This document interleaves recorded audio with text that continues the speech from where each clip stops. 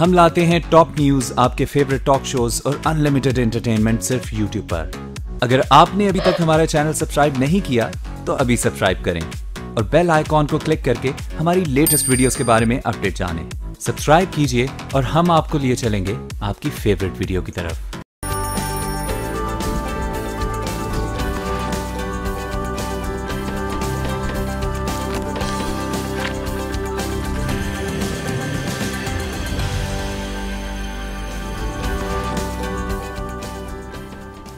अस्सलामुअलैकुम, good morning. आज के साथ मैं हूं सबाशी और मैं हूं हाफिज मोहम्मद अब्बास। तो जनाब, अच्छी सी सुबह का आगाज हो चुका है और सुबह जब आप उठा करें तो मुस्कुराया करें, जैसे कि मैं और उवैस मुस्कुरा के आपको गुड मॉर्निंग आज में वेलकम कहते हैं, क्योंकि कहते हैं कि अगर आप सुबह उठकर मुस्कुराते हैं, हंसते हैं तो आपके चेहरे पे बड़ा ग्लो आता है। और क्यों ऐसा ना किया जाए, क्योंकि हर शख्स को खूबसूरत हक लगने का शौक भी है और हक भी हासिल है। और जहाँ तक हम खूबसूरती की बात कर रहे हैं तो खूबसूरती का गहरा ताल्लुक फिटनेस से भी है। और फिटनेस के हवाले से अगर बात की जाए तो एक बड़ी इंटरेस्टिंग चीज है जो कि मैं आपके साथ में शेयर करूंगी, वो है पंजाब हुकूमत के हवाले से। उसका एक सर्वे हुआ था गुज़िश्ता माह कि जी पंजाब में कितने फीसद लोग जो है वो मोटापे का शिकार हैं और कितने फीसद लोग मोटापे का शिकार नहीं है।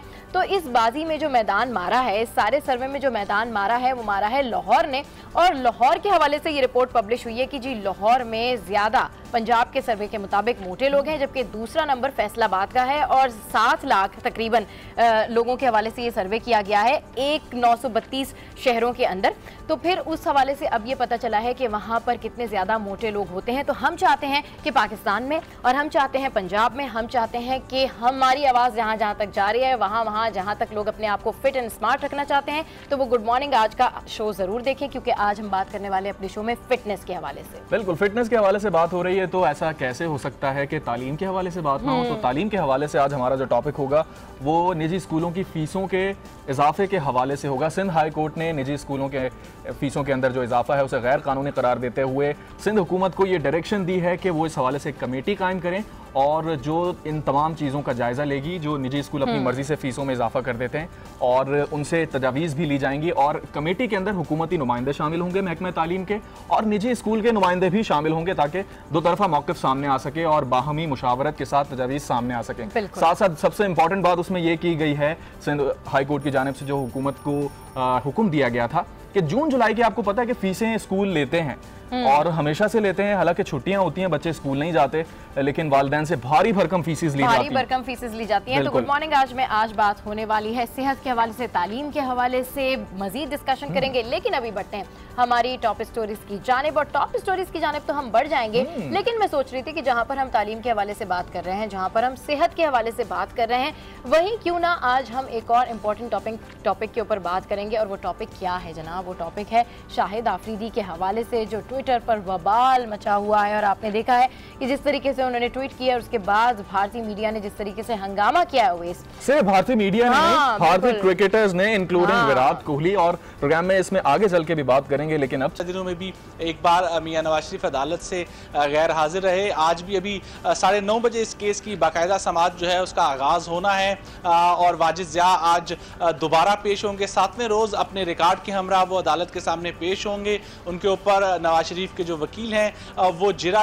जारी रखेंगे। 7वें रोज भी उनसे मुख्तलिफ सवालात करेंगे। लेकिन मियां नवाज शरीफ आज मौजूद नहीं होंगे, उनके साथ साथ मरियम नवाज जो है वो भी मौजूद नहीं होंगी, चूंकि लाहौर से उन्होंने यहाँ पहुँचना था इस्लामाबाद में, और आज मौसम की खराबी की वजह से जो है वो बताया जा रहा है ज़राए से कि वो पहुँच नहीं पाए हैं इस्लामाबाद, जिसकी वजह से आज अदालत में यकीनी तौर के ऊपर उनके जो वकील हैं वो उनकी हाजिरी से इस्तिस्ना की दरख्वास्त ये बताइएगा कि रखेंगे, क्योंकि नवाज शरीफ साहब और मरियम नवाज साहिबा नहीं पहुंच सके मौसम की खराबी की वजह से, और दूसरी तरफ ख्वाजा हारिस की जिरा जारी है जो JIT के सरबराह थे वाजिद ज़िया, उनसे, तो क्या उनकी गैर मौजूदगी में अदालती कार्रवाई पे कोई असर तो नहीं पड़ेगा?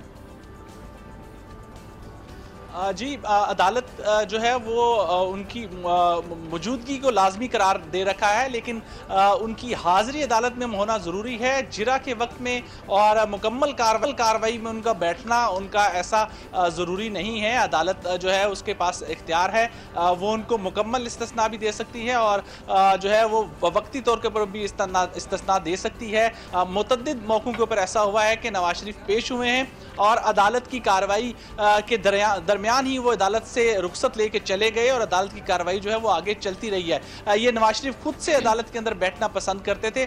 ऐसा भी हुआ है कि अदालत ने उन्हें जाने की इजाज़त दी, लेकिन वो अदालत के अंदर बैठे रहे और वाजिद ज़िया का बयान जो है वो सुनते रहे। लेकिन इसकी जो है वो अदालत के ऊपर है कि वो उनकी दरख्वास्त जो है उसको कबूल करती है। अदालत के ऊपर है वो उनकी दरख्वास्त को कबूल करती है या नहीं करती है। अली फुरकान हमारे साथ इस वक्त मौजूद हैं। अली फुरकान, आपने मौसम के हवाले से बात की कि मौसम की खराबी के बायस आज नहीं पहुंच सके, तो उसके हवाले से अपडेट कीजिए, कैसा है मौसम? जी, इस्लामाबाद में तो मौसम जो है वो खासा बेहतर है। सूरज निकला हुआ है, जो है वो धूप है, हवा भी नहीं है, लेकिन लाहौर की अतराफ जो है वो कुछ पहले जो है वो बादल थे और यही हमें ज़राए से मालूम हुआ है कि उसी वजह से जो है वो मियां नवाज शरीफ की जो इस्लामाबाद परवास थी वो जो है वो मुलतवी हुई है या ताख़ीर का शिकार है, जिसकी वजह से वो अदालत में जो है वो पहुँच नहीं पाए हैं। लेकिन इस्लामाबाद का मौसम जो है वो खासा खुशगवार है और धूप जो है वो निकली हुई है। गुज़श्ता रोज़ यहाँ पे बारिश कुछ ज़रूर हुई थी, लेकिन आज जो है वो आसमान और मतला जो है बिल्कुल साफ दिखाई इक़्तिदार का मौसम जो है वो बड़ा ज़बरदस्त है। शहर इक़्तिदार मौसम जो है वो ऐसा मौसम है कि वहाँ के शहरी जो है उनको गर्मी इतनी ज़्यादा नहीं फील हो रही है। अली फुरकान हमें अपडेट करते हैं, आपका शुक्रिया। लेकिन एक और अहम केस के हवाले से बात करते हैं, उसी हवाले से आपको अहम खबर भी दें कि असासाजात रेफरेंस में इसाक डार पर फर्द जुर्म आयद कर दी गई है और ये फर्द जुर्म के हवाले से जो है खबर सामने आई है। और इस हवाले से मजीद आपको बताएं कि असासाजात रेफरेंस इसाक डार पर फर्द जुर्म आयद कर दी गई है। सईद अहमद, नईम महमूद और मंसूर रजा पर भी फर्द जुर्म आयद की गई है, जबकि मुल्जिमान ने सेहत जुर्म से इनकार कर दिया है और अप्रैल को इस्तग़ासा को जो है वो तलब किया गया है। तो अब इस हवाले से मजीद जो डेवलपमेंट होगी उस हवाले से मजीद भी तफसीलात हम जानेंगे हमारे नुमाइंदे से। लेकिन फिलहाल जो है ये अहम न्यूज़ सामने आई है इस केस के हवाले से, क्योंकि ये जो असासाजात का केस है काफ़ी इंपॉर्टेंट करार दिया जा रहा था इसाक डार साहब के हवाले से, तो इस हवाले से मजीद भी तफसीलात जानेंगे। लेकिन अभी गुड मॉर्निंग आज में यहाँ वक्त एक ब्रेक का, सो कहीं जाएगा मत, don't go anywhere, stay with us, keep watching good morning आज।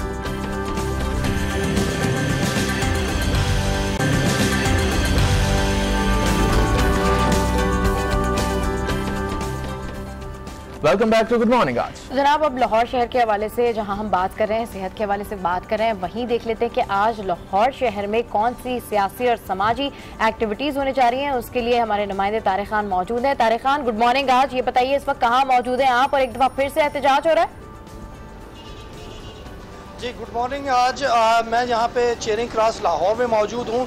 ये एक स्पॉट बन गया है जहाँ पे जितने भी मुजाहिरीन आते हैं, जिस किस्म का भी उनको ग्रेवियंस होता है, वो यहाँ पे एहतजाज करते हैं और ये मेन चौक जो है बंद कर दिया जाता है। कुछ अर्सा दिन पहले ही यहाँ पे एक एहतजाज हुआ, ख़वातीन बैठी रही हैं और हाई कोर्ट ने बाकायदा उस पर ऑर्डर किया कि इनको हटाया जाए और आइंदा यहाँ पे किसी को बैठने की इजाज़त नहीं दी जाए और कानून साजी की जाए, जिस पर अदालत को बताया गया होम सेक्रेटरी की जानिब से कि इसको रेड जोन करार दे दिया गया है, किसी किस्म का एहतजाज यहाँ पे नहीं हो सकता। नासिर बाग है यहाँ पे करीब ही, वहाँ जो है वो एहतजाज के लिए जगह मुख्तस की गई है। लेकिन आज जब ये मुजाहिरीन यहाँ पे आए हैं रेगुलर होने के लिए, तो पुलिस ने कल रात से इनको कॉर्नर कर दिया है और यहाँ पे साइड पे कर दिया है, जो रोड जो है वो ब्लॉक आग जो नहीं हो रही। लेकिन अभी तक मुजाहिरीन ने इनको यहाँ से मुंतशिर नहीं किया और ना ही इन्हें नासिर बाग मुंतकिल किया गया है। ये चाहते हैं कि रेगुलर किया जाए। इसके साथ साथ अगर हम लाहौर में दीगर एक्टिविटीज़ देखें तो कश्मीर के हवाले से एक्टिविटीज़ हैं। एक मुकामी होटल में सेमिनार है जहाँ से मिशाइल मलिक जो हैं यासीन मलिक की बीवी, वो खिताब करेंगी, वो मेहमान खुसूसी हैं वहाँ पे। इसके अलावा पाकिस्तान तहरीक इंसाफ जो है वो ईस्टर के हवाले से तकरीब मुनक्कद की जाएगी, जिसमें सेनेटर और सरवर चौधरी और दीगर जो उनके रहनुमा हैं वो। अच्छा तारिक, ये भी बताइएगा कि आपने इस एहतजाज के हवाले से तो बता दिया, पाकिस्तान तहरीक इंसाफ के हवाले से बता दिया, और भी कहीं एहतजाजी धरना वगैरह दिया जा रहा है? क्योंकि गुज़श्ता रोज़ इत्तलात थी कि तहरीक लबैक की जानिब से धरना दिया जा रहा था और उसकी वजह से अवाम को काफ़ी मुश्किलात का सामना करना पड़ा था। स्कूल जाने वाले बच्चों को दफ्तरी औकात में काफ़ी ट्रैफिक जैम रहा। जी बिल्कुल ऐसे ही है। वो धरना जो है क्योंकि वो दिया जा रहा है बिल्कुल दाता दरबार के सामने जो है वो रोड बंद किया गया है। वहाँ पे जो मजहबी जमात है उन्होंने धरना दिया हुआ है और उन्होंने कहा है कि हुकूमत ने, क्योंकि इस्लामाबाद में जब धरना दिया गया था और वहाँ पे कुछ कारकुनान जो हैं वो शहीद भी हुए थे, ज़ख्मी भी हुए थे, हुकूमत के साथ एक मुआहदा तय पाया था जिस पर अमल दरामद नहीं किया गया। खासतौर पर जो मुकदमात हैं वो वापस नहीं लिए गए। जो और कुछ खान हमें लाहौर से अपडेट कर रहे हैं, खान बता रहे हैं कि ओवरऑल जो सिचुएशन है वो कुछ एहतजाज की सी सूरत हाल है लाहौर में और चेयरिंग क्रॉस रोड की बात करें, जो बिल्कुल अब एक जगह बन गई है, एक स्पॉट बन गई है कि एहतजाज के लिए जब भी जिसको शिकायत दर्ज करानी होती है वहाँ पहुँच जाता है। पेशावर का रुख करते हैं और पेशावर में मौजूद हैं आज उसके नुमाइंदा सबा रानी, और उनसे पूछते हैं कि पेशावर शहर में आज क्या एक्टिविटीज़ होने जा रही हैं। जी सबा।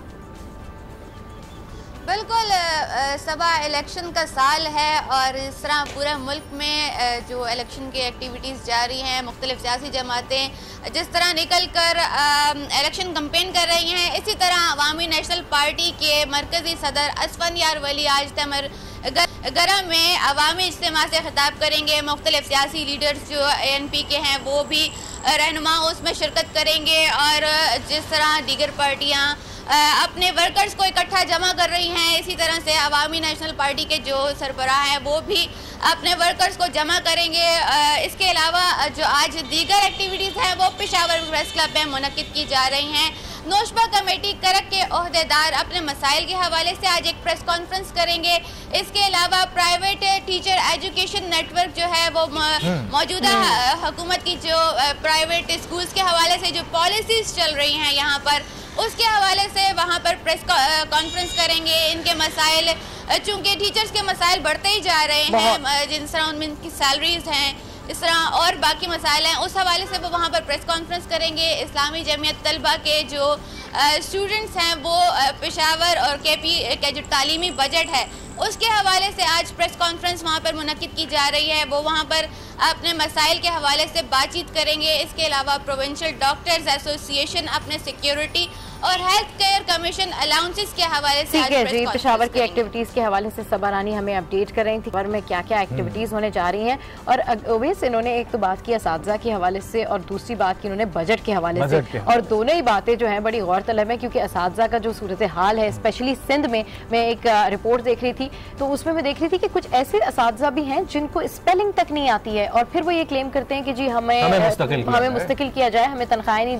दी जाती, बिल्कुल घोस्ट टीचर्स बने हुए हैं। तो बड़ी सूरत हाल जो है वो खराब है।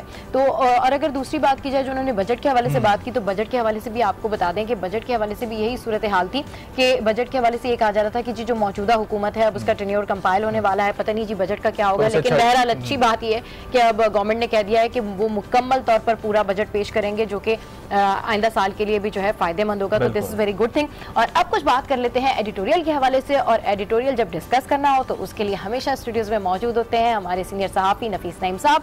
अस्सलाम वालेकुम and welcome to good morning. आज कैसे हैं आप? वालेकुम अस्सलाम। एडिटोरियल से पहले एक रिपोर्ट है पंजाब गवर्नमेंट की जानिब से कि जी लाहौर और फैसलाबाद में सर्वे करवाया गया। ओवरऑल पंजाब की रिपोर्ट है, पंजाब के हवाले से वहाँ पे सबसे ज्यादा जो मोटापे का शिकार लोग हैं वो लाहौर में हैं और फैसलाबाद दूसरे नंबर पर है। अगर यही सर्वे कराची में हुआ होता तो क्या तासुरात होते, क्या आता रिपोर्ट में?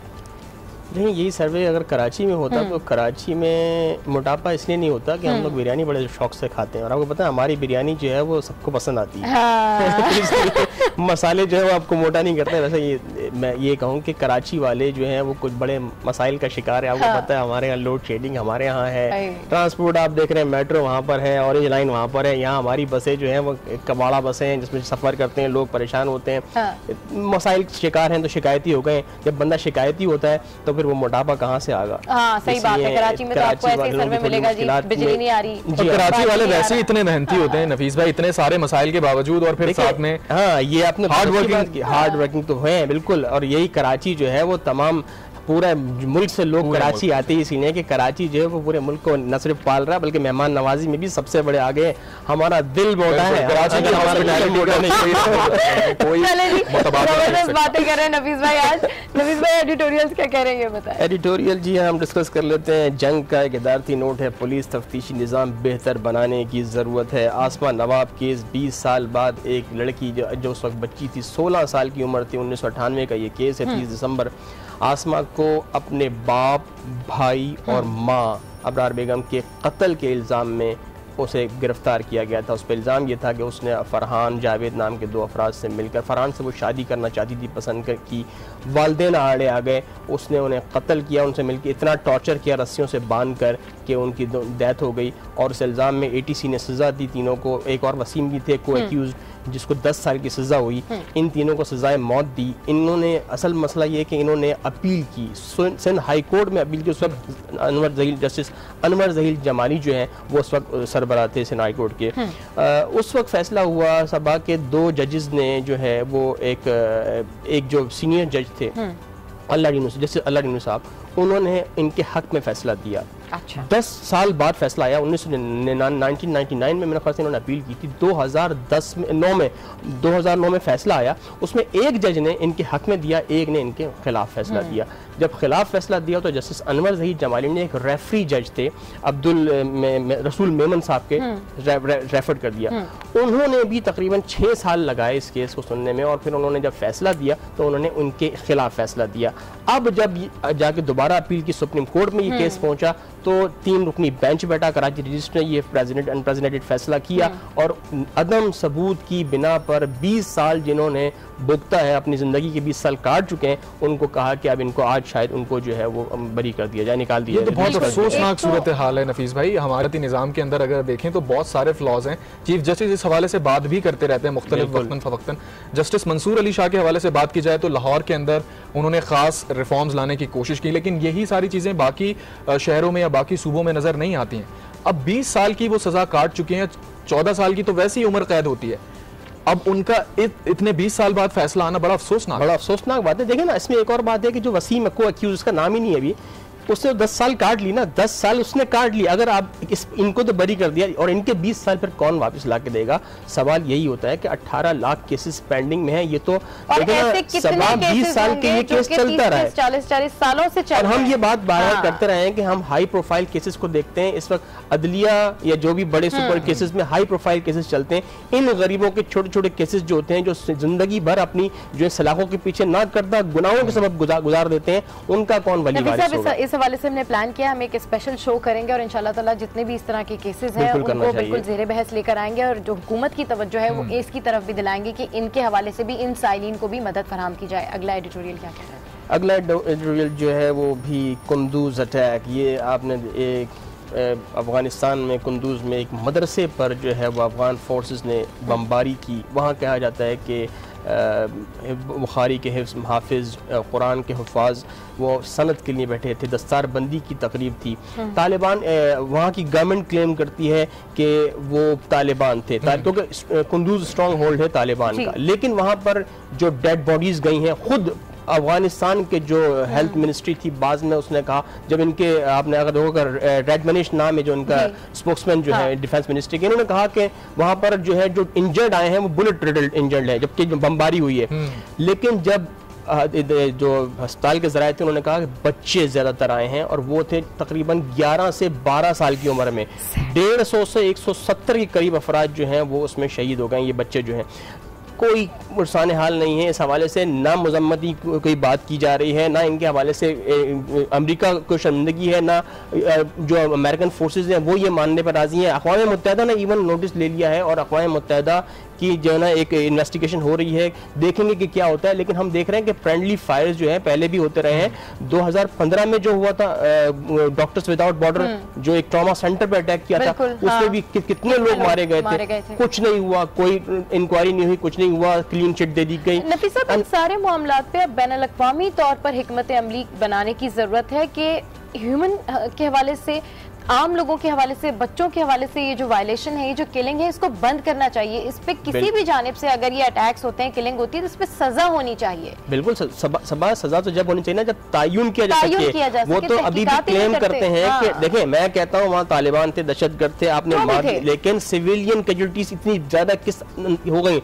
आप इंतजार करते हैं, अगर आप, और आपको कोई एक दिन नहीं हो गया, आप अफगानिस्तान में बरसों से लड़ाई लड़ रहे हैं, बरसों से जंग लड़ रहे हैं, आपको अभी तक नहीं अंदाजा। और जब भी ये होता है कि तालिबान से जब बात की मुज़ाकरात की तरफ जाता है, तो कोई ना कोई ऐसा इंसिडेंट, ऐसा इवेंट हो जाता है जो कि उनको बैकफुट पे फेंक देता है। वो आने लगते हैं, बातचीत के लिए तैयार होते हैं, तो हम देखते हैं कोई ना कोई ऐसा इंसिडेंट होता है जिसकी वजह से तमाम मामला जो है वो इल्तवा। लेकिन एक बात मैं जरूर कहूंगा, और सबा मुझे कहने दीजिए कि अमेरिका में एक फुटपाथ पे एक बंदा गाड़ी चला के 2 बंदों को मार देता तो हमारा मीडिया रेड बॉक्सेस घुमा घुमा के पागल हो जाता है। लेकिन इन जो बच्चे, मासूम बच्चे मारे गए हैं, इनको भी हमें उसी प्रायोरिटी से हमें उजागर करना चाहिए। तो किसी की भी उसकी कीमत है, बिल्कुल, क्योंकि बच्चे दहशतगर्द नहीं है, दहशतगर्दों की हम कभी भी वो नहीं करते, लेकिन बच्चों को मारना कहीं की भी कोई इंसाफ, ये पहला वाक़या नहीं है कि अफगानिस्तान के अंदर इस तरह से बच्चों को और खवातीन को निशाना बनाया गया हो या सिविलियंस को निशाना बनाया गया हो।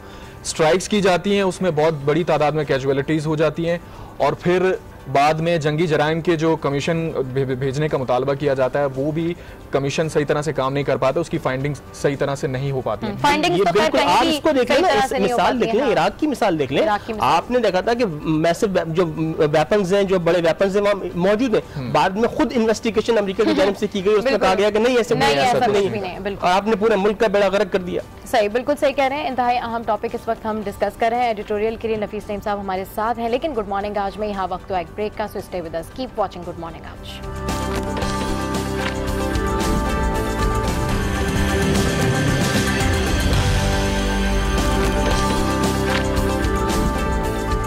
Welcome back to good morning आज। और अब कुछ बात हो जाए सियासत के हवाले से। आपको बताएं, आसिफ अली जरदारी ने नवाज शरीफ के खिलाफ ऐलान जंग कर दिया है। कहा कि अब कुछ भी हो जाए आपसे सुलह नहीं होगी, परिंदा अपने जाल में फंस चुका है, अब पीपल्स पार्टी मैदान में निकल चुकी है, शरीफों से सियासत छीन कर ही दम लेंगे।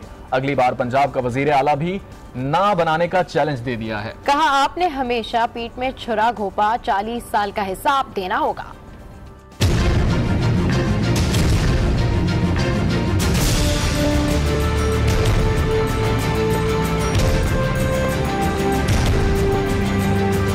मुझे पता है कि मियां साहब का बर्दाश्त का मायदा कितना है और ये बर्दाश्त कर नहीं सकते। अब तो ये इस जिसे कहते हैं ना कि कबा जो है वो 2 टांगों से फंसा है। मैंने आपसे पहले ही कहा था लाहौर में मोची गेट पे खड़े होके कि हम आपकी हुकूमत जब चाहें तब हम गिरा सकते हैं। 6 महीने पहले मैं कह चुका था कि मैं आपको चेयरमैन सेनेटशिप नहीं लेने दूंगा। बात समझ नहीं आ रही थी कि ये कैसे नहीं लेने देगा। जब वक्त आया है तो फिर इन्हें रजा रब्बानी की झोली में डाल दिया। मियां साहब तुहाडे कोलों पूछणगे, ए मैं तुहानू दस रहा, हमेशा आपने इस्टेब्लिशमेंट के साथ मिलकर हमारी पीठ में छुरा घोपा। तो आप तैयार हो जाएं एक लंबे मुकाबले के लिए। हमें तो प्रैक्टिस है लंबे मुकाबलों, आपको नहीं है। चाहे कुछ भी हो जाए आपसे सुलह नहीं हो सकती, आपसे जंग ही रहेगी। हम किसके साथ भी मिलकर हुकूमत बनाएं, आपके साथ नहीं बनाएंगे। इंशाल्लाह इस दफा चीफ मिनिस्ट्री भी आपको हम नहीं लेने देंगे। पंजाब की याद रखिएगा, आप सियासत को नहीं समझते,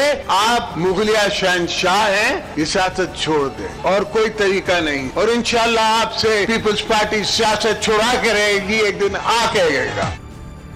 तो जनाब आपने ये ज़बरदस्ती रिपोर्ट देखी जिसमें आसिफ अली जरदारी साहब जो है वो नवाज शरीफ पे तनकीद के तीर बरसा रहे हैं। और नफीस साहब जिस तरीके से आप मुस्कुरा रहे हैं, मुझे लग रहा है आपके जहन में बड़ी सारी बातें आ रही हैं, लेकिन मेरे जहन में इस वक्त वो मिसाक जमहूरियत आ रही है, वो दोस्ती ऐसा नाता वाला कुछ ऐसा सॉन्ग सा चल रहा है मेरे दिमाग में। लेकिन अब होगा क्या, क्योंकि किसी से भी सुलह कर लेंगे वो, लेकिन नवाज शरीफ ये बड़ी दिलचस्प बात की है उन्होंने कि मैं किसी से भी सुलह कर लूंगा, लेकिन नवाज शरीफ से नहीं कर सकता। अब खुली जंग है, पंजाब में चीफ मिनिस्टर नहीं ला ये भी बहुत, और इस पर तो सबा बहस हो रही है कि जरदारी साहब ने देखें चेयरमैन के हवाले से भी उनकी बात को उस वक्त संजीदगी से नहीं लिया था। हल्का भी नहीं ले रहे हैं उनकी बात। अब आप हल्का नहीं लेंगे क्योंकि उन्होंने चीफ मिनिस्टर तक की जो है वो पंजाब में उन्होंने कहा कि हम उसको ले लेंगे, तो ये खतरनाक कहानी है। हो सकता है कि जरदारी साहब जो देख रहे हैं वो नवाज शरीफ साहब नहीं देख रहे। और नवाज शरीफ साहब ने बहुत कोशिश की थी किस तरह जरदारी साहब को वो अपने ब्लॉक में ले आए और उनका वो जिस तरह उन्होंने धरने के टाइम जो है साथ दिया था इस तरह वो इस वक्त भी साथ दें। लेकिन लगता है कि अब जरदारी साहब की राहें जो है वो बिल्कुल उनको जो सिग्नल है जो रेल्स के सिग्नल वो कह रहे हैं ना कि हम आपकी बात सुनेंगे लेकिन उस वक्त जब आप तबाह हो जाएंगे। जी वो कह रहे हैं कि हम आपकी बात सुनेंगे जरूर लेकिन उस वक्त जब आप बिल्कुल खत्म हो जाएंगे। अब सियासत से खत्म, यानी कि वो कह रहे हैं कि मैं सियासत से खत्म कर दूंगा। लेकिन नवाज शरीफ साहब की भी आपने एक बात सुनी है, कल उन्होंने कहा था कि मैं लानत भेजता हूँ करप्शन पे, लानत भेजता हूँ किक बैक पे, ठीक है। और साहब उन्होंने एक और बात दोबारा उस चीज का वो कहा कि मैं जहां से भी कॉल दूंगा मेरी कॉल पर लबैक कहना। ये वो बार बार ये जो आपने कहा है ना कि मैं जहां से भी कॉल दूंगा मेरी कॉल पे लबैक कहना, ये दोनों बातें जो है ना बड़ी इंपॉर्टेंट है। वो चीफ मिनिस्टर भी नहीं लाने देंगे अगली दफा और वो कह रहे हैं जहां से कॉल दूंगा लबैक कहना। भाई ये दोनों बातों में दोनों बातें हैं तो बड़ी भारी वजन में। इन दोनों बातों का मतलब क्या है? देखिए ना, मसला ये है कि नवाज शरीफ साहब को भी मालूम है, दोनों जो कह चुके हैं कि हमें, वो तो कह रहे हैं कि हमें इंसाफ की तवक्को नहीं, इसकी केसेस में खुद ये यहाँ नवाज सियासत जरा हो रही है, ये हो रहा है, लेकिन जो भी सामने आ रही है कहानी, सामने जो भी मसाइल चल रहे हैं, उससे लग रहा यही है कि नवाज शरीफ को जो है ना अपना अंजाम जो है वो नज़र आ रहा है। और बार बार जब वो कह रहे हैं कि मैं जहाँ से भी हूँगा, तो ज़्यादातर कल राय यही है कि वो यही कह रहे हैं कि अब वो अगर अडियाला जेल में पहुँचे और वहाँ से अगर कॉल दी, और जो अभी जो उन्होंने मोमेंटम बनाया था ना सभा, जो हमने देखा था, उन्होंने पहला अपना सफ़र शुरू किया था और मोटरवे से निकलते हुए और उन्होंने बातें की थी और लोगों को एक क्रिएट किया था, एक माइंड सेट क्रिएट किया था और कहा था कि मैं जब भी तुम्हें कॉल करूँगा आना। वो लगता है कि नवाज शरीफ ने इसी दिन के लिए किया था कि अगर मैं जहां से भी कॉल दूंगा लब्बैक कहना, इधर वो जेल हो या जो भी जगह उनको समझ आ रही है अभी जो उनके मुताबिक। लेकिन अगर हम शहबाज शरीफ साहब की बात देखें तो आप देखें कि पार्टी सदर बनने के बाद से बॉडी लैंग्वेज और ज्यादा बड़ी पॉजिटिव हो गई है, और पॉजिटिव होने के साथ साथ कल पाक फौज के हवाले से भी उन्होंने बात की कि जी उनकी काविशों को सराहा, नैब के हवाले से भी बात की। उन्होंने बाजवा डॉक्ट्रिन के हवाले से क्लियर कर दिया कि आर्मी चीफ इंतहाई सादा है, जो कहते हैं वही करते हैं। हमारे साथ नफीस भाई आपकी बात कंटिन्यू करेंगे। हमारे साथ मुस्लिम लीग नून के रहनुमा इस वक्त रमेश कुमार साहब मौजूद हैं। सर अस्सलाम वालेकुम, गुड मॉर्निंग। आज जरदारी साहब ने तो कल साफ साफ कह दिया है कि अब कोई इत्तेहाद नहीं होने वाला है। अब क्या लगता है, नवाज शरीफ साहब की तरफ से तो बैकडोर डिप्लोमेसी के थ्रू बड़ी कोशिशें की गई, अब क्या होने जा रहा है? पहले तो आपकी पूरी टीम को, स्पेशली नफीस भाई को और ऑडियंस को अस्सलाम वालेकुम। मुझे तो हैरानगी हो रही है।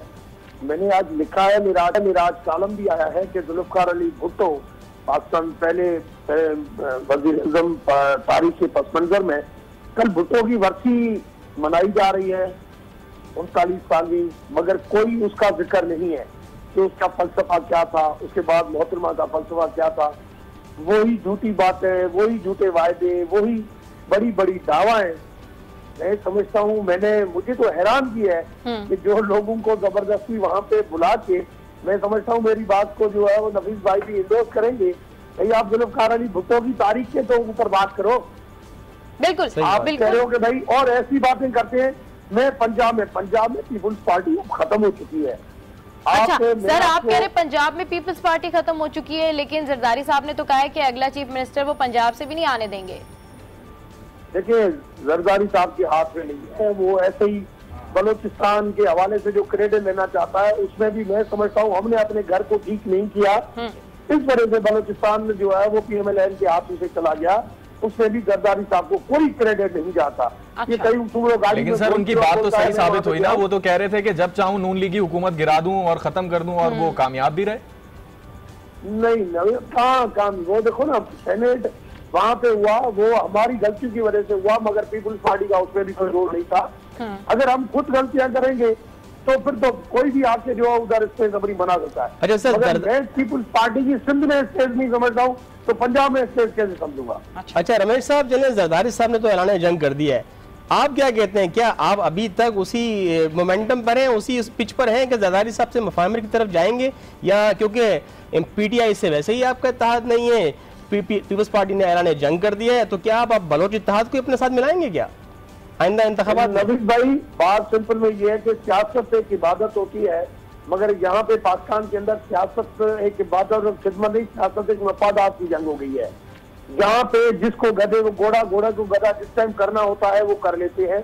अगर हमें किसी भी पॉलिटिकल पार्टी को, आपने सेनेट में देखा कि किस तरीके से मिल गए, किसी पॉलिटिकल पार्टी को कहाँ से फायदा होता है वो जरूर बात करते हैं, मगर इलेक्शन का जब टाइम आता है तो हर पॉलिटिकल पार्टी अपने मुल्क का वज़ीर-ए-आज़म बनाने के लिए मैदान में आ जाती है और इन्हीं दावों के साथ कि मैं ये करूंगा, मैं ये काम करूंगा, मगर लोग जो है ठीक है। मुस्लिम लीग नून के रहनुमा रमेश कुमार साहब इस वक्त हमारे साथ थे और गुफ्तगू कर रहे थे, और नफीस नईम साहब ने बहुत जबरदस्त जो है वो एडिटोरियल हमसे डिस्कस किए। आप दोनों का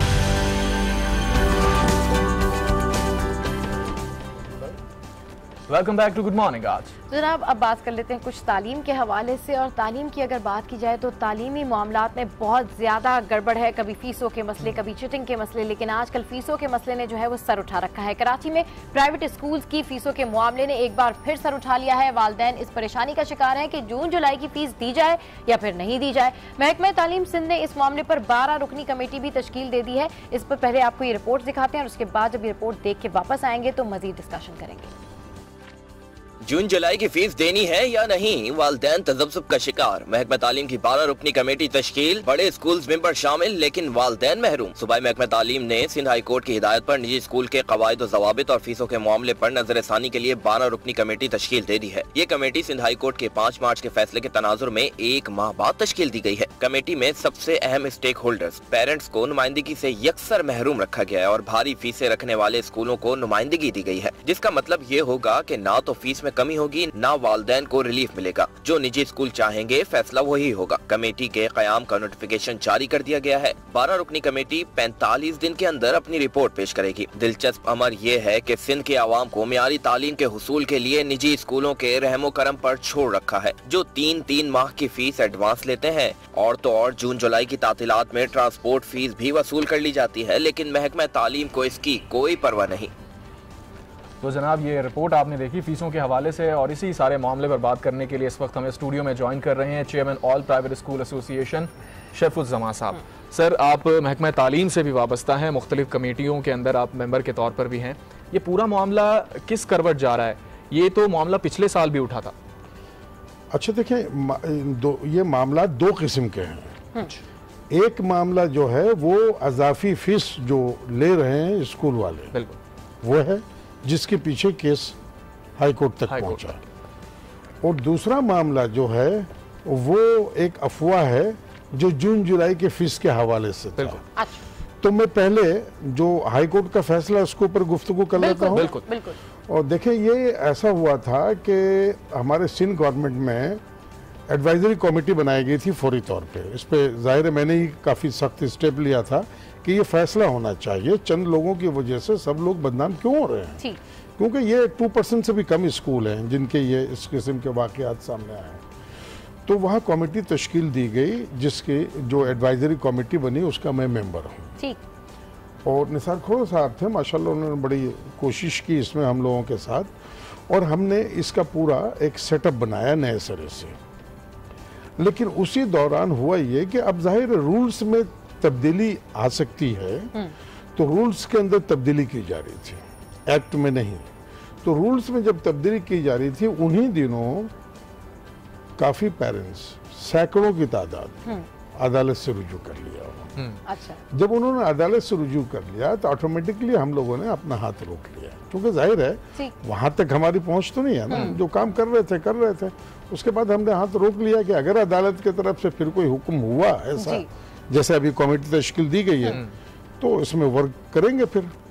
तो काफ़ी हद तक तो हमने यूँ समझ लिया कि 90% तो काम किया हुआ है इसके ऊपर। अच्छा। लेकिन जब अदालिया का मसला सामने आ गया तो हम बैक कर गए और हमने खामोशी अख्तियार कर ली कि अब इंतज़ार करें। और हमने स्कूल वालों को भी और पेरेंट्स को भी यही मुतनब्बे किया कि शोर शराबा के बजाय अब इंतज़ार करें कि फैसला क्या आएगा। सही। अच्छा, हुआ ये कि फैसले में बात यही सामने आई कि क्या कोई कानून बना हुआ है। सही। तो सिंध में सबसे पहले कानून बनाया गया 2001 में, बाकी पूरे पाकिस्तान में कानून बना हुआ नहीं था। अच्छा। तो उस कानून के तहत कोई भी स्कूल सालाना 5% से ज्यादा फीसों में इजाफा कर नहीं सकता। और दूसरी बात ये कि वो अज खुद कर नहीं सकता जब तक के directorate of private institution Sindh से वो परमिशन ना ले ले, अप्रूवल ना ले ले।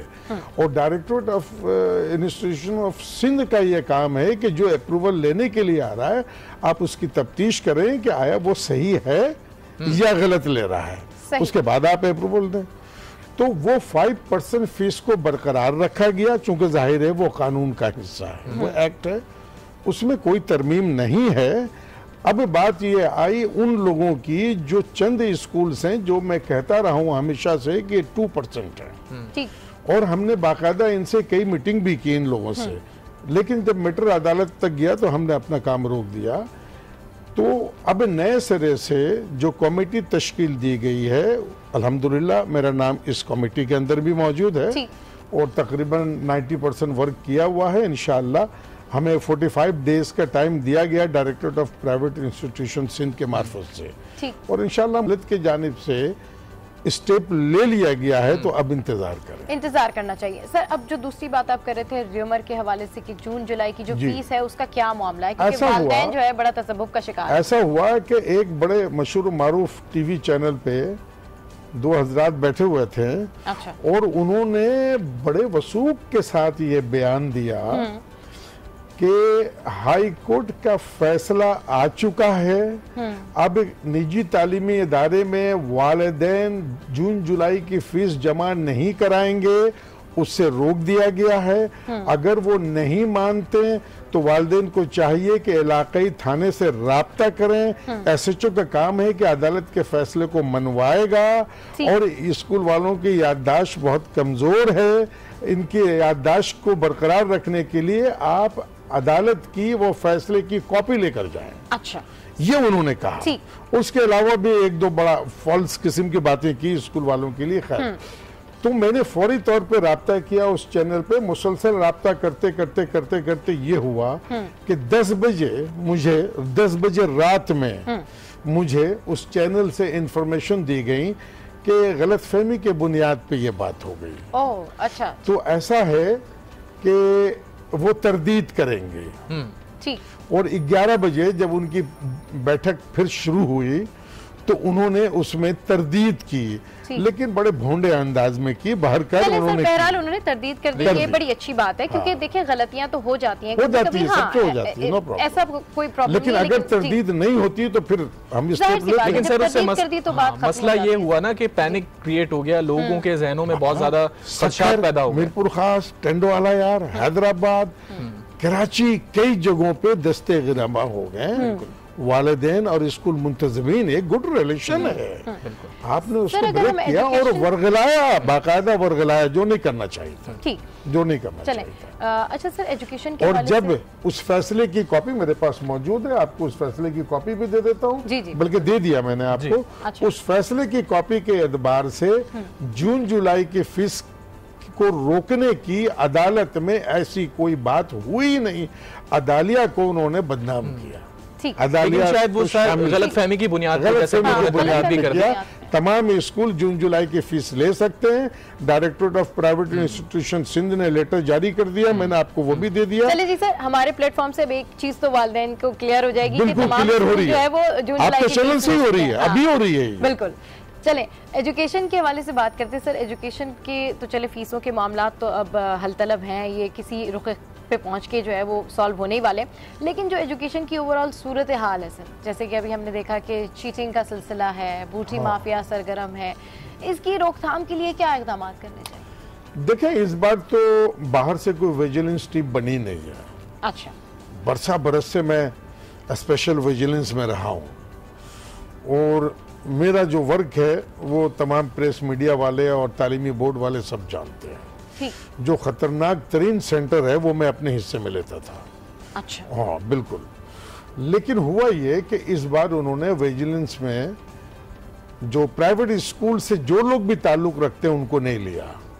लेकिन ये खबर मिली कि कुछ मंजूर नजर को लिया गया। सही। तकरीबन 4 से 6 अफराद को लिया गया और कोई वो इतने नामवर शख्सियात भी नहीं है, आम से लोग हैं। अब बात यह है कि जो निगरां कमेटी बनाई गई है वो उनके ऊपर तो बहुत बड़ा इम्तिहान है कि उनको कंट्रोल करना है, ये इनकी जिम्मेदारी हो गई। लेकिन कुछ चीज़ें ऐसी ज़रूर हुई हैं कि बाद सेंटरों पे, जैसे फर्ज कर लें कि 400 बच्चों की गुंजाइश है कैंडिडेट जी, आपने वहाँ पे 600 दे दिया। जब आपने 600 बच्चों को वहां दे दिया तो लामोहला बच्चे के साथ उसी क्लास का बच्चा लग कर बैठेगा तो नकल की बात तो हो गई ना। सही। मतलब रुक्का देखकर नहीं हुआ, कॉपी देखकर हो गई। तो ये एग्जामिनेशन में इस चीज की इजाजत नहीं है इतने करीब बैठने की। लेकिन चूंकि छोटे सेंटर्स भी बनाए गए हैं तो उसकी वजह से कुछ प्रॉब्लम्स तो हैं। मेरी दुआ है कि तालीमी बोर्ड इस बहरान से निकले, इस चीज को कंट्रोल कर ले। और यहाँ तक के हुआ कि कुछ सेंटर्स ऐसे भी सामने आए हैं जिनके 2-2, 3-3 कैंपसेस हैं और उनके अपने उस कैंपस के बच्चे उनके अपने दूसरे सेंटर पे जाकर पेपर दे रहे हैं, जो कि गलत है। अच्छा चलें सर, ये तो बात अब हम कर रहे हैं चीटिंग के हवाले से, जो कि आपने बहुत ज़बरदस्त अंदाज में क्लियर किया है। अब उन बच्चों के हवाले से बात करते हैं कि जो बच्चे रेगुलर स्कूल भी जा रहे हैं, पढ़ाई में भी अच्छे हैं, और जब एग्जामिनेशन के अंदर वो जाते हैं तो वो चीटिंग भी नहीं करना चाहते हैं, पढ़कर आए होते हैं, लेकिन उनको बुनियादी सहूलियात ही नहीं मिलती, जैसे कि पानी नहीं मिलता, लाइट नहीं होती।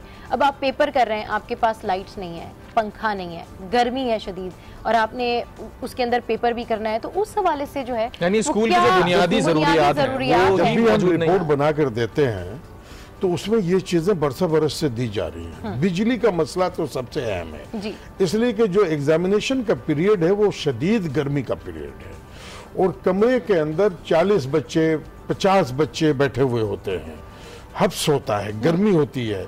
अब बच्चे जब लिख रहे होते हैं वो इंक पेन यूज करते हैं, बॉल पेन यूज नहीं करते हैं बच्चे ज्यादातर 9-10 क्लास में, तो वो जो पसीना टपकता है उससे उनकी कॉपी भी खराब होती है। अगर वो हाथ रखते हैं तो पसीना उसके ऊपर जज्ब हो जाता है।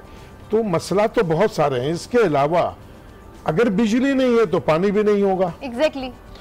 और अगर पानी नहीं है, वॉशरूम जाना है सर, तो वॉशरूम भी इस काबिल नहीं है कि आप जा नहीं सकते ना, पानी का इंतजाम ही नहीं है। एग्जैक्टली। तो मैंने कई सेंटरों के बारे में, बड़े बड़े सेंटर, गवर्नमेंट स्कूल्स के सेंटर, बहुत बड़े बड़े सेंटर होना तो ये चाहिए कि थोड़ा सा के इलेक्ट्रिक को भी हमारे थोड़ा सा इस सिलसिले में आगे बढ़ना चाहिए। बिल्कुल। कि अगर फर्ज कर लें कि गवर्नमेंट सेक्टर से ड्यूज है काफी, जिसकी वजह से आपने लाइन काट दी है, 15 दिन के लिए दोबारा दे दें। चले सर, बिल्कुल, ताकि बच्चे आसानी के साथ पेपर दे सकें। बिल्कुल आप ठीक कह रहे हैं। बुनियादी जरूरियात के हवाले से बात हो रही है। शैफुज़्ज़मान सिद्दीकी हमारे साथ मौजूद हैं, और अभी यहाँ लेंगे हम ब्रेक, लेकिन सबा जब ब्रेक के बाद वापस आएंगे तो बात करेंगे स्कूल के भारी भरकम बस्तों के हवाले से। जी हाँ, बिल्कुल, जिससे सारे ही बच्चे बड़े परेशान हैं, बल्कि बच्चे परेशान हैं, और एक और जो रिसर्च है वो भी इस हवाले से आई है, लेकिन बात करेंगे अभी ब्रेक की तरफ जाएंगे। Stay with us, keep watching good morning आज।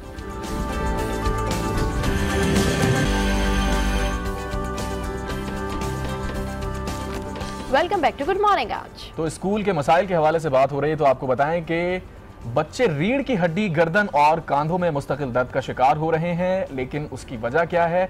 और वजह यह है कि आज से 30-35 साल पहले किसी के वहमो गुमान में भी नहीं था कि एक दिन स्कूल जाने वाले मासूम बच्चों को किताबों और कॉपियों का इतना ज्यादा वजन उठाना पड़ेगा कि उनकी कमर में दर्द हो जाएगा। इस हवाले से आपको ये रिपोर्ट दिखाते हैं।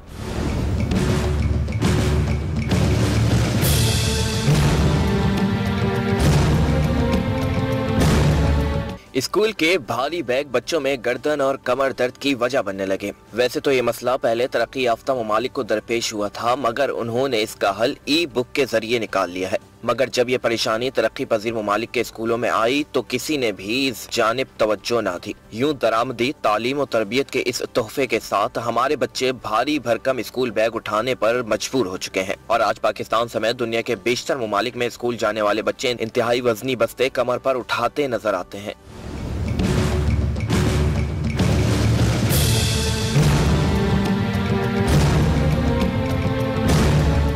इन कमसन तालिब इल्मों को देखकर अक्सर बेशतर रेलवे के कुली याद आ जाते हैं। जदीद निज़ाम तालीम ने जहां वालिदैन को मुआशी सतह पर तो वहीं बच्चे को किताबों के बोझ से दोहरा करके रख दिया है। बज़ाहिर ये निज़ाम बच्चे की फलाह बहबूद और रोशन मुस्तकबिल की नवीज़ सुनाता है, मगर ये निज़ाम इस पहलू पर गौर करता हुआ हरगिज नजर नहीं आता कि एक कमसन तालिब इल्म को कितना वजन उठाना चाहिए। हाल ही में कराची में अब्बासी शहीद अस्पताल के डिप्टी मेडिकल सुपरिटेंडेंट ने स्कूल के कमसन तलबा व तालिबात के लिए भारी भरकम बस्तों को खतरनाक करार देते हुए शहर के तमाम स्कूल के हेडमास्टर्स और प्रिंसिपल को एक खत भी अरसाल किया था। तो जनाब आपने ये रिपोर्ट्स देखी, और छोटे छोटे से बच्चे होते हैं जिनके ऊपर उनसे भी दुगना वजन जो है उनकी कमर पर लादा हुआ होता है, और उसके बाद वो स्कूल जाते हैं और इतनी मुश्किल से वो बस में बैठते हैं, वैन में बैठते हैं। सर, ये जो सूरत हाल है हमारे यहाँ कि छोटे छोटे बच्चों को इतना भारी भरकम बैग देते हैं, उससे उनकी बैकबोन में दर्द हो रहा है, गर्दन में दर्द हो रहा है, और एक रिसर्च के मुताबिक तो ये जो इतना वजन कैरी करते हैं उसकी वजह से इनका कद भी बढ़ने से रुक जाता है, इनके हार्मोन्स कुछ सप्रेस हो जाते हैं। देखें, मुझे अच्छी तरह याद है कि आज से तकरीबन मेरे ख्याल में 2002 या 2001 की बात है कि मैंने बाकायदा एक प्रेस कॉन्फ्रेंस किया था। अच्छा। और इसमें मैंने पूरी रिपोर्ट पेश की थी, और उससे पहले मैंने 2 किताबें मुरत्तब की थी। अच्छा। मिसाल के तौर पे जैसे फर्ज कर लें, ये प्रेप मास्टर जूनियर है। अच्छा, ये प्रेप मास्टर जूनियर है। राइट। ये एक किताब है, इस एक किताब के अंदर इसकी तमाम मवाद मौजूद है, बामाए इसके लिखाई के। अच्छा। कॉपी की भी जरूरत नहीं है। सही। ये मेरी अपनी बनाई हुई किताब है सर, दिखाइए। ये प्रेप मास्टर 1 सही, और ये है प्रेप मास्टर 2, ठीक, सीनियर और जूनियर। ये 2 किताब, यानी इसमें सिलेबस भी है और इसमें कॉपी तमाम लिखने की भी चीजें, जगह है। इसमें उर्दू भी, इंग्लिश भी, मैथ भी, सोशल स्टडीज भी, जनरल नॉलेज भी। बच्चे के उम्र के एतबार से जितनी नॉलेज देनी चाहिए उतनी नॉलेज इसके अंदर मौजूद है। और प्रेस कॉन्फ्रेंस के अंदर मैंने बाकायदा गवर्नमेंट ऑफ सिंध से हमने ये इजाजत चाहिए थी। इसके अंदर आप देखिएगा हमारे डीजी प्राइवेट स्कूल्स के भी रिटर्न में है, तासुरात बैक पेज पे जाइएगा। अच्छा, जी जी जी। हाँ जी, मेरे भी और उनके भी मौजूद है। ठीक ठीक। तो मैंने 2002 में इजाजत चाही थी कि मुझे 1 से लेके 5वीं तक किताब मुरतब करने की इजाजत दी जाए। ठीक। मैं हर क्लास की एक किताब बना दूंगा, उस बच्चे की उम्र, उसकी जो पहुंच है, जितना वो ऑब्जर्व कर सकता है, जितनी उसको इल्म देनी चाहिए, उस एतबार से मैं एक किताब बना दूंगा। और ये होगा कि एक स्टूडेंट डायरी होगी उसके साथ, बस इसके अलावा उसको कोई चीज लेकर आना नहीं है। क्या बात है सर, एक स्टूडेंट डायरी होगी और एक बुक होगी। जी हाँ, और मैंने मिसाल के तौर पे इसको लगा दिया, काफी स्कूलों में किताब लगी हुई है, 2002 से किताबें चल रही है। लेकिन बात दरअसल ये है कि थोड़ा सा संजीदगी हमारे डिपार्टमेंट की तरफ से भी होनी चाहिए। मैं आज भी कहता हूं कि मुझे अगर आज भी इजाजत दे दी जाए तो अगले जो 2019 है उसमें मैं तो सर इजाजत ना मिलने की वजह क्या है, क्या कहा? बात दरअसल ये है कि देखिए जी, 1 क्लास में उर्दू भी है, इंग्लिश भी है, मैथ भी है, साइंस भी है, सोशल स्टडीज भी है, कंप्यूटर भी है। और तो और अब आप थोड़े दिनों के बाद एक किताब और आ जाएगी जो कि चाइनीज लैंग्वेज की बात की जा रही है, वो भी आ जाएगी। जी बिल्कुल, चाइनीज लैंग्वेज। इसी तरीके से 3 क्लास से मजीद एक किताब का इजाफा हो गया, सिंधी। अब बात दरअसल ये है कि अगर आपने छोटे इनिशियल स्टेज पे 8 किताबें आपने रखी हुई हैं, स्कूल वाले तो मजबूर हैं, उनको तो बदनाम ना किया जाए। वो 8 किताबें तो रखेंगे, वो तो उनकी मजबूरी है। अब रह गई बात, चूंकि गवर्नमेंट के जो टेक्स्ट बुक हैं वो बर वक्त मार्केट में नहीं आती, बरसों बरस से यही हाल है। तो ऐसी सूरत में जो प्राइवेट पब्लिशर हैं उनकी किताबें प्राइवेट स्कूल्स में लगाई जाती हैं। इसलिए कि प्राइवेट स्कूल्स में हर चीज डे बाय डे रूटीन के मुताबिक है, वो फौरी तौर पे उसको अमल करवाते हैं कि फला तारीख को रिजल्ट देना, फला तारीख से क्लास। इसमें एक नुकता ये भी उठता है कि अगर निसाब के अंदर से किताबों को कम कर दिया जाएगा तो वो भी तो दुरुस्त नहीं होगा। उसका ये तरीका तो नहीं है कि आप वजन कम करने के लिए, बस्ते का वजन कम करने के लिए आप बुक्स कम कर दें, निसाब में कमी कर दें। आपकी बात किसी हद तक तो बेहतर है, अच्छी बात है, इस पर गौर किया जा सकता है। आपने एक नया चैलेंज दिया हमें सोचने के लिए। लेकिन बात दरअसल ये है कि आप एक चीज सोचें कि 1 क्लास के बच्चे देखें, कई ममालिक में ऐसा है, जो अभी बात हो रही थी आपके चैनल पे, तरक्की याफ्ता और तरक्की पजीर जी। तो जो तरक्की याफ्ता ममालिक हैं उनमें से कई ममालिक ऐसे हैं जहां 3री जमात तक उनके इम्तिहान नहीं लिए जाते हैं, ओरली उनको पास कर दिया जाता है। वो कहते हैं कि बच्चे की मेमोरी जितनी उसके हद तक उसको रखा जाए, ज्यादा बर्डन ना दिया जाए। और छोटी क्लासेस में ऐसे भी खेल कूद में ही बच्चे को समझाना है, बताना है, सिखाना है। वो इन चीजों को मद्देनजर रखते हुए मैं तो यही कहूंगा कि साइंस की किताब अगर फर्ज कर लें, साइंस की किताब में अगर 20 सफ़हात हैं तो मैं उसको 3 सफ़े पे तो ला सकता हूं ना। बिल्कुल, हाँ, जो अहम चीज है। तो अगर 3-3 करके 8 है तो 24 सफ़े की एक किताब तो तैयार हो गई। 24 सफ़े की तो चले ठीक है, कॉपीज को अलग कर दें। एक रफ कॉपी बच्चा लेकर स्कूल आएगा, जो उसके फेयर कॉपी है घर पे रहे, हफ्ते में 1 दिन वो मंगाया जाए। अब स्कूल वालों की कुछ जिम्मेदारी है, मैंने पहले आपको बोला नहीं है, अब मैं कह रहा हूँ थोड़ी जिम्मेदारी है, तो मैं दोनों रुख आपको बता रहा हूँ। वो जिम्मेदारी क्या, अब स्कूल एजुकेशन में जितने स्कूल मुंतजमीन है, जो असातिज़ा हैं, उनको चाहिए कि अगर फर्ज कर लें 8 किताबों का बोझ है बच्चों के ऊपर, तो आप रूटीन को चेंज कर दें, रूटीन को डेली रूटीन के मुताबिक 2-2, 3-3 किताबों की रूटीन बना दें ताकि उनका लोड कम हो। और जो नुकसानात है ना, नुकसानात तो बेशुमार है। जैसा कि क्योंकि वक्त की कमी बहुत ज्यादा है और बहुत जबरदस्त आपने हमें सजेशन दिए हैं, जबरदस्त किस्म की जो है ये बुक है। और सर के मुताबिक ये कहना है इनका कि जो ये बुक है और एक स्टूडेंट डायरी आप अपने साथ स्कूल ले जा सकते हैं। अगर प्राइवेट स्कूल मालकान इसके ऊपर तवज्जो दें तो इस तरह से बच्चों का जो बैग्स वाला मामला है, भारी भरकम उसके अंदर किताबें जो होती हैं वो किसी हद तक हल हो सकता है। तो तालीम के हवाले से बहुत सारी बातें करनी है, लेकिन क्योंकि वक्त कम होता है, हमारे सेगमेंट्स होते हैं। सर हमारे शो पर है, आपका बेहद शुक्रिया शरफुज़्ज़मा साहब। गुड मॉर्निंग आज में यहाँ वक्त हुआ है अभी एक ब्रेक का। जी जी जी सर, माजत के साथ कि मैं फिर एक बार बता रहा हूँ, स्कूल मुंतज़मीन और वालिदैन को जून जुलाई की फीस का कोई मसला नहीं है। Directorate of private institution government of Sindh की तरफ से लेटर जारी हो गया है। उस लेटर की कॉपी आज न्यूज में मौजूद है, मैंने जमा करवा दिया है। जून जुलाई की फीस का कोई मसला नहीं है, एज इट इज वो जमा होंगी और जमा हो रही है। जून जुलाई की फीस का कोई मसला नहीं है। शरफुज़्ज़मा साहब ने उसकी क्लैरिफिकेशन दे दी, नोटिफिकेशन भी दिखा दिया। अभी हम लेंगे यहाँ पर एक break. Stay with us, keep watching good morning.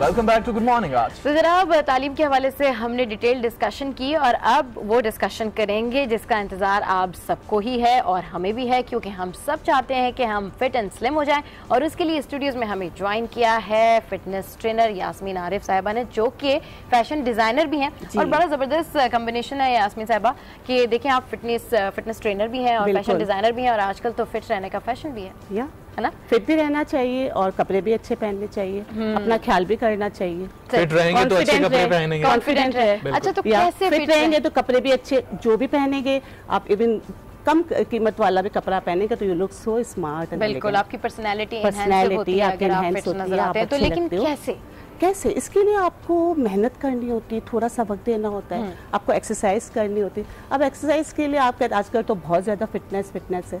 आप एरोबिक्स करें, योगा करें, आप स्विमिंग करें, आप डांस करें, आप बॉलीवुड उसमें जाएं, आप बहुत सारी चीज़ें कर सकती है फिट रहने के लिए। और इट्स वेरी इंपॉर्टेंट फॉर लेकिन हमारे यहाँ फिटनेस का जो मसला है वो बड़ा गंभीर मसला इसलिए कि लोग समझते हैं कि बड़ा मुश्किल काम है वजन कम करना। वो बस वॉक करते रहते हैं और वॉक जैसे ही छोड़ते हैं फिर उनका वेट जो है वो हमारा कमिटमेंट नहीं होता ना। हम तो कहते हैं हमें फिट रहना है, उसके लिए या तो वॉक किया, वॉक 2 दिन किया, 3 दिन किया, 4 दिन करने के 1 महीना करने के बाद थक जाते हैं, ये वेट तो कम नहीं हो रहा। एरोबिक्स क्लास में आए, वेट कम नहीं हो रहा। योगा क्या, इस तरह से हमारा एक वो नहीं होता ना, हम फैसला नहीं कर पाते, डेडिकेशन नहीं है हमारा कि हमने करना क्या है ना।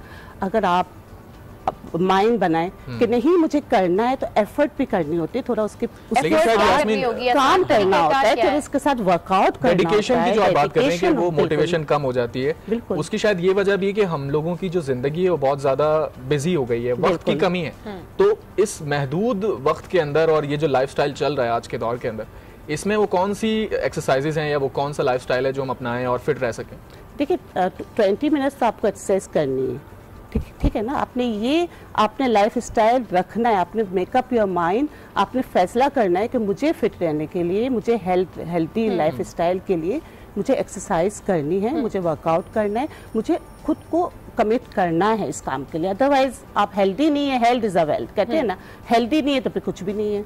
बिल्कुल सही। आपको फिट रहने के लिए भी हेल्थ रहना है, आपको ब्रीदिंग के लिए, आपको कितनी आजकल बीमारियां बहुत ज्यादा है, ब्लड प्रेशर है, आपका डायबिटिक है, यानी आप देखिए लोग आए दिन बैक पेन हो रहा है, बैठे बैठे कंप्यूटर पे आप फोन यूज कर रहे हो, फोन के लिए आपका बैक है, नेक के प्रॉब्लम्स हो रहे हैं, आपके बहुत सारे इतने प्रॉब्लम्स हैं जिनका सॉल्व और जिनका हल डॉक्टर्स के पास तो जा रहे हैं, बट बेसिकली आपको एक्सरसाइज इज अ मस्ट। ठीक। अच्छा, मुख्तलिफ किस्म के जो लोग होते हैं, कुछ बहुत ज़्यादा जो है मोटे होते हैं, कुछ नॉर्मल होते हैं, लेकिन सबको दुबले पतले और स्लिम रहने का बड़ा शौक होता है। देखिए मेरे पास जो मेरे पास जो बुटीक है उसमें लोग आते हैं, जब मैं बड़ी साइज का ड्रेस रखती हूँ पसंद नहीं करते, मोटी औरतें भी आती है, हैवी भी आती है, सब आते हैं, लेकिन अगर मैं दुबला पतला एक हैंग करके रखती हूँ और वही डिज़ाइन होता है, एवरीथिंग इज द सेम, लेकिन वो कहते हैं कि ये चीज, ये बहुत अच्छा ड्रेस है, आई वॉन्ट दैट वन ना, तो ये बात होती है कि आपने खुद को फिट रखना है, आपने थोड़ा सा दुबला तो रहना ये है। बाकायदा तौर पर एक मेंटालिटी बन चुकी है, अब लोगों का क्रेज बन चुका है कि हमें स्मार्ट रहना है, हम फिट कैसे रहें। अब डाइट का इसमें कितना किरदार है, डाइट किस तरीके से लेनी चाहिए? चलिए एक्सरसाइज का तो आपने बताया कि 20 मिनट्स जो है वो वॉक करनी चाहिए, लेकिन डाइट 20 to 30 मिनट्स आपने पार्क में जाना है, आपने ब्रीदिंग करनी है, वॉक करनी है, इंजॉय करना है। आप एक्सरसाइज को इंजॉय भी करना सीखें, ये ना एक्सरसाइज को बर्डन बना ले, हाय करना है करना, but you have to enjoy. अच्छा, एंजॉय करने के लिए फिर सुबह का वक्त ज्यादा बेहतर है या शाम का वक्त? सुबह का वक्त भी बेहतर है, शाम का वक्त भी बेहतर है। अच्छा, खाने के बाद यूजुअली बहुत सारे लोग खाने के बाद अपना, खाने से पहले करना ज्यादा अच्छा है। खाने से पहले वॉक करें, बिल्कुल जूसेस ले, पानी पिए, और खाने से पहले आप एक्सरसाइज करते हो तो वो ज्यादा वर्क करता है। सही। अच्छा, आपने कहा कि लोग डायबिटिक हैं, लोगों को ब्लड प्रेशर है, इस वजह से भी, और फिर अगर मोटापा भी हो तो ये दुगना जो है वो प्रेशर हो जाता है उनके ऊपर। तो इस तरह के लोग जो डायबिटिक हैं, जिनको ब्लड प्रेशर रहता है, उनको क्या वॉक करनी चाहिए? क्योंकि उनके बारे में यही कहा जाता है कि जी अगर वो बहुत ज़्यादा वॉक करते हैं तो उनको ब्रीदिंग प्रॉब्लम होती है, उससे उनकी मजीद तबीयत ख़राब होने का जो है वो डर होता है। तो किस तरह से फिर वो एडजस्ट करें, अपनी डाइट को चेंज कर लें? 30 मिनट्स में कह रही हूँ ना, वॉक वो स्लो करेंगे, स्लो वॉक करें, एफर्ट करते जाएगा। जहाँ उनको फील हो रहा है कि मुझे थकान हो रही है, वो ना करे, थोड़ा रुक जाए, बट बेसिकली उनको करना तो है, करना तो है। यानी वो वो इंसान जो चाहे बीमार है, वो चाहे डायबिटिक है या वो नॉर्मल है, उसे एक्सरसाइज जरूर करनी है। 20 to 30 मिनट्स हैबिट डालनी है आपने, एक्सरसाइज की एक हैबिट डालनी है। Your life style, your healthy life style.